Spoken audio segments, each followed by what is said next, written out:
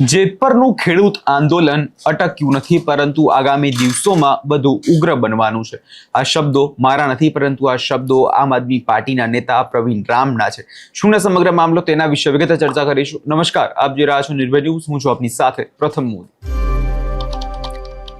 ગઈકાલે મોરબીની અંદર જે ખેડૂતો દ્વારા જે કલેક્ટરને આવેદનપત્ર આપવામાં આવ્યું હતું અને તેમાં તેમની માંગ સ્પષ્ટ હતી કે આ પરિપત્ર અમને માન્ય નથી। જે ખેડૂત આંદોલન પાર્ટ 2 ની પૂર્ણાવૃત્તિ થઈને પછી બાદ પાર્ટ 3 આવ્યો, કેમ કે જે આ પરિપત્ર સરકાર દ્વારા બહાર પાડવામાં આવ્યો છે એમાં ક્યાંક ને ક્યાંક ખેડૂતોના હિતોની વાત તો છે જ નહીં, માત્ર સરકારનો જ ફાયદો આમાં ખેડૂતોને દેખાઈ રહ્યો છે। જે લાંબા સમયથી ખેડૂતો વિરોધ કરી રહ્યા છે એનું કોઈ સાંભળવામાં નથી આવતું, માત્ર સરકાર તેની તાનાશાહી કરી રહી છે એવું સ્પષ્ટપણે અત્યારે દેખાઈ રહ્યું છે। હવે આ મુદ્દાને લઈ વધુમાં પ્રવીણ રામ દ્વારા એકવાર શું કહેવામાં આવ્યું છે, એકવાર એ પણ સાંભળી લઈએ।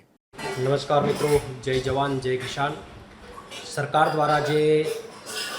આ ટ્રાન્સમિશન લાઇનને લઈને જે પરિપત્ર કરવામાં આવ્યો છે, એ પરિપત્ર ગુજરાતના ખેડૂતોની વિરુદ્ધમાં છે અને આ માત્ર અમે આક્ષેપ નથી કરી રહ્યા, પરંતુ જેતવર ખાતે જે ખેડૂતોનું આંદોલન છે એ ખેડૂતો એ આંદોલન સતત યથાવત રાખ્યું છે અને મારા ખ્યાલથી 1-2 દિવસ પહેલાં જ ખેડૂતોએ કલેક્ટર કચેરીએ વિશાળ સંખ્યામાં પદયાત્રા કરી અને કલેક્ટરશ્રીને આવેદનપત્ર પણ આપ્યું છે અને ગુજરાતના ખેડૂતોએ એ વાતને સ્વીકારી છે કે આ જે કોઈ પણ પરિપત્ર છે એ પરિપત્ર ખેડૂતોના હિતમાં નથી, કંપનીના હિતમાં છે ને એટલા માટે જ જે જેતપર ખાતેનું એ આંદોલન છે એ સતત યથાવત છે। ત્યારે સરકાર પાસે માગણી છે કે તાત્કાલિક ધોરણે ખેડૂતોની માગણી જે છે સ્વીકારવી જોઈએ અને સાથે સાથે જે અન્ય એક વાત છે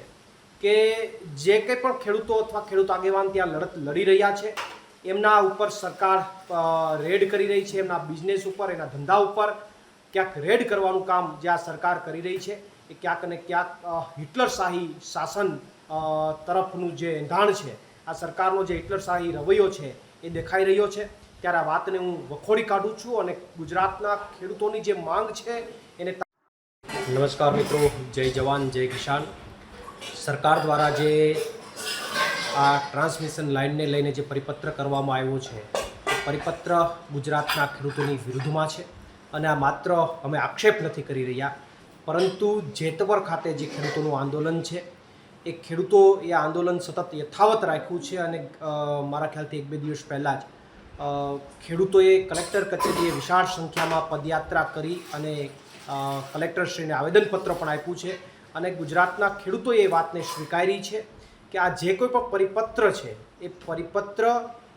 ખેડૂતોના હિતમાં નથી, કંપનીના હિતમાં છે ને એટલા માટે જ જે જેતપર ખાતેનું એ આંદોલન છે એ સતત યથાવત છે। ત્યારે સરકાર પાસે માગણી છે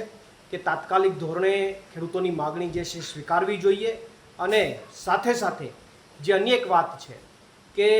જે કંઈ પણ ખેડૂતો અથવા ખેડૂત આગેવાન ત્યાં લડત લડી રહ્યા છે એમના ઉપર સરકાર રેડ કરી રહી છે, એમના બિઝનેસ ઉપર, એના ધંધા ઉપર ક્યાંક રેડ કરવાનું કામ જે આ સરકાર કરી રહી છે એ ક્યાંક ને ક્યાંક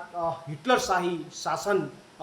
તરફનું જે એંધાણ છે, આ સરકારનો જે હિટલરશાહી રવૈયો છે એ દેખાઈ રહ્યો છે। ત્યારે આ વાતને હું વખોડી કાઢું છું અને ગુજરાતના ખેડૂતોની જે માંગ છે એને અહીંયા તમે જે રીતે પ્રવીણ રામને સાંભળ્યા અને પ્રવીણ રામ દ્વારા વાત સ્પષ્ટ કહેવામાં આવી રહી છે કે અત્યારે ભારતીય જનતા પાર્ટી હિટલરશાહી કરી રહી છે, પોતાની જ તાનાશાહી કરી રહી છે, પરંતુ આ બધાની વચ્ચે અમારે પ્રવીણ રામને એક વાત કહેવી છે કે જે પ્રકારે અત્યારે ખેડૂતો વિરોધ કરી રહ્યા છે, જે ખેડૂતો અત્યારે અવાજ ઉપાડી રહ્યા છે તેનું શું, શા માટે તેમની વચ્ચે જઈને તેમની વાત કરવામાં નથી આવતી, શા માટે ખાલી માત્ર વિડીયો બનાવીને જ તેમની વાત સાંભળવામાં આવતી હોય છે। છેલ્લા લાંબા સમયથી જેતપરના ખેડૂતો વિરોધ કરી રહ્યા છે અને એમની માંગ સ્પષ્ટ છે કે અમારો અવાજ સરકાર સાંભળે। આપણે એ પણ જોયું કે હળવદના ધારાસભ્ય પ્રકાશ બરમોરા હોય કે મોરબીના ધારાસભ્ય કાંતિભાઈ અમૃતિયા તે સરકાર પાસે ગયા, મુખ્યમંત્રીને કીધું કે આભાર વ્યક્ત કર્યો, પરિપત્ર જે બહાર પાડ્યું છે, પરંતુ એનું શું કે જે ખેડૂત એ પરિપત્રનો જ વિરોધ કરી રહ્યો છે, એ ખેડૂત એ પરિપત્રને વખોડી રહ્યો છે અને સરકાર ખાલી આંખ આડા કાન કરીને ખાલી પોતાના પરિપત્રના વખાણ કરાવી રહી છે। જે આ સરકારની જે તાનાશાહી ચાલી રહી છે એનું શું? આ જે ખેડૂત જે છે તે મોરબીની અંદર કલેક્ટર કચેરીમાં જઈને આવેદનપત્ર પણ આપી દીધું અને આવેદનપત્ર આપ્યા બાદ હવે આગામી દિવસોમાં સ્પષ્ટ જોવાનું એ રહેશે કે પ્રવીણ રામ જે છે હવે ખેડૂતોની વચ્ચે જઈને ક્યારે વાત કરે છે, કેમ કે વિડીયોના માધ્યમથી તો એમણે અનેકવાર વાત કરી લીધી, અનેકવાર રજૂઆતો કરી લીધી, ગાંધીનગરમાં અડધા દિવસનો ઉપવાસે કરી લીધો, પરંતુ એ ઉપવાસનું કોઈ પરિણામ આવ્યું નથી, એ ખેડૂતોના અવાજનું કોઈ થયું નથી। હવે જોવાનું એ રહેશે કે આગામી દિવસોમાં જે આ પરિપત્ર છે એને લઈ સરકારનું શું વલણ હોય છે. સરકારના જે પરિપત્ર જે આભાર જે ધારાસભ્યો દ્વારા કરવામાં આવે છે એનું થાય છે શું. આ વિષયમાં તમારો શું અભિપ્રાય છે કમેન્ટ કરી ચોક્કસથી જણાવજો અને અમારી ચેનલ નિર્ભય ન્યૂઝને લાઇક, શેર અને સબસ્ક્રાઇબ કરવાનું ભૂલશો નહીં.